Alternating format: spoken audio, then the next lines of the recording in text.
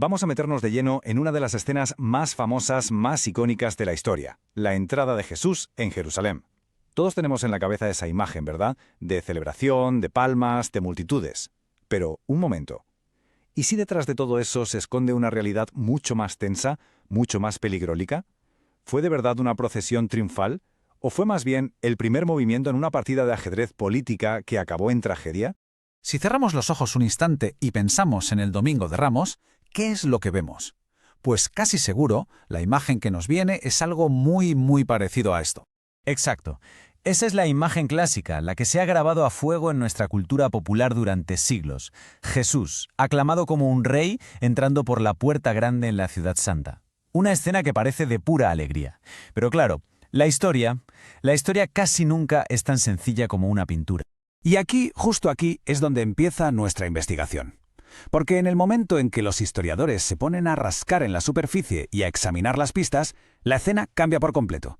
El gran desfile se va difuminando y en su lugar aparece algo mucho más pequeño, más íntimo y sobre todo, infinitamente más peligroso. Para intentar entender qué es lo que pasó de verdad, vamos a seguir 5 pistas clave. Primero, la cronología, que es un poco rara. Luego, el misterio del burro. Veremos también el tamaño real de esa comitiva, el significado, ojo, peligrosísimo de las cosas que gritaban y cómo este acto que parece tan pequeño en realidad selló el destino de Jesús. Venga, primera pista, el tiempo. La tradición nos cuenta que todo esto ocurrió en una semana, justo antes de la Pascua. Pero hay detalles, como lo de las palmas, que no terminan de encajar, y esto ha abierto un debate de lo más interesante entre los expertos. A ver, aquí hay 2 posturas. Por un lado, tenemos la teoría de los 6 meses. Quienes la defienden se basan sobre todo en la mención de las palmas en el Evangelio de Juan. Y dicen que eso cuadraría más con la fiesta de los tabernáculos, en otoño. Pero claro, esto tiene un problema enorme. Hay que pensar que Jerusalén en esa época era un auténtico polvorín. Es impensable que las autoridades romanas y locales hubieran tolerado a un agitador mesiánico en la ciudad durante medio año. ¡Medio año! Habría sido un suicidio político en toda regla. Así que la conclusión más lógica es que, esa cronología de una semana es probablemente una forma de comprimir los hechos para darle más dramatismo a la historia. Pero la idea de 6 meses es sencillamente insostenible. El evento tuvo que ocurrir en un periodo muy corto y tenso, justo en los días previos a la Pascua. Vale, una vez resuelto más o menos el cuándo, vamos a ver el cómo. Y aquí nos encontramos de bruces con el segundo gran protagonista de esta escena, el burro.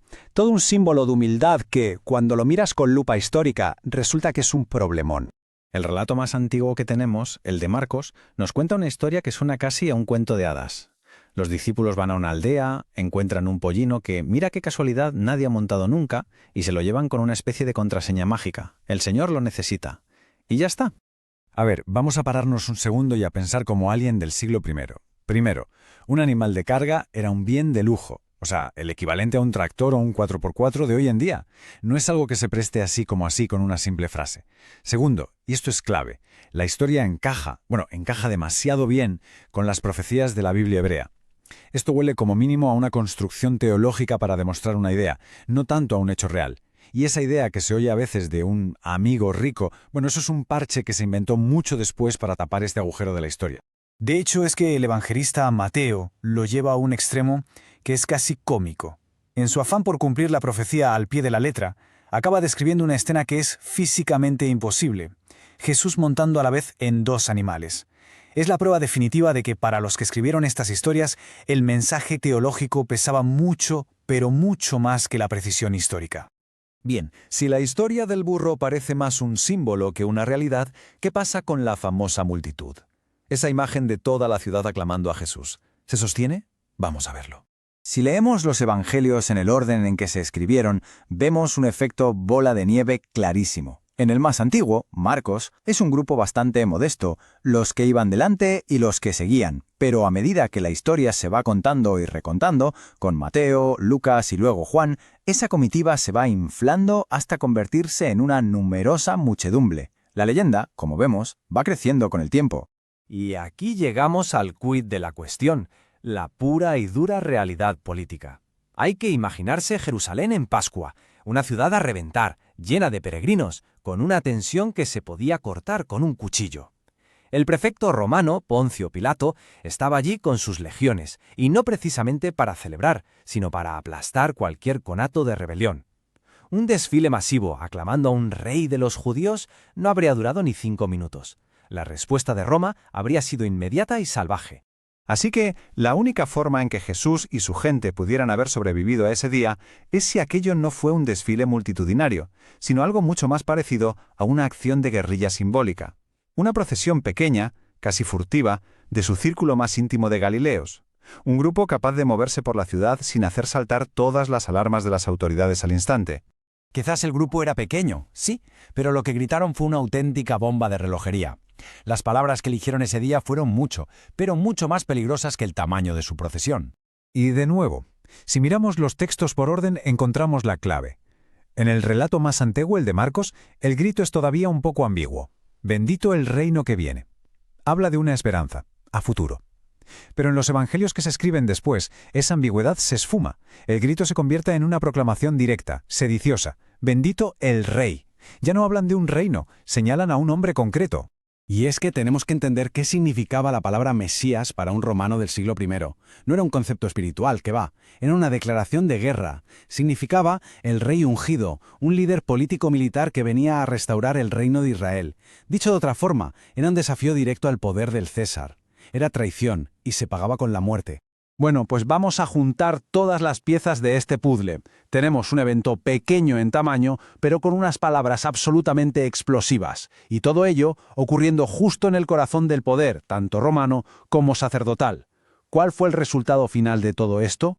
Esta sería la escena reconstruida, la más probable históricamente. Olvidémonos del gran desfile.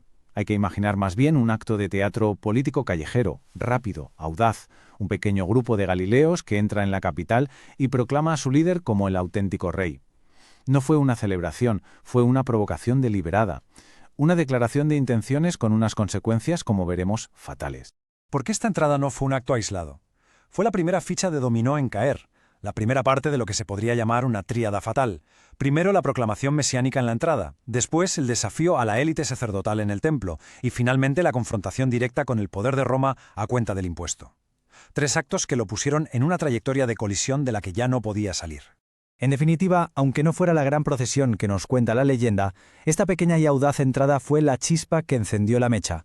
Fue el momento preciso en que Jesús dejó de ser un simple profeta de Galilea y se convirtió para los que mandaban en una amenaza de primer orden, una amenaza que, desde su punto de vista, había que eliminar. Y esto nos deja con una pregunta final, una que es casi inevitable. ¿El camino hacia la cruz estuvo de verdad pavimentado con palmas, con vítores de celebración? ¿O estaba pavimentado con política, con las intrigas, el miedo, la lucha por el poder? Lo que este análisis parece sugerir es que la historia de la pasión no se puede separar, de ninguna manera, de la cruda y dura realidad política de la Judea del siglo I.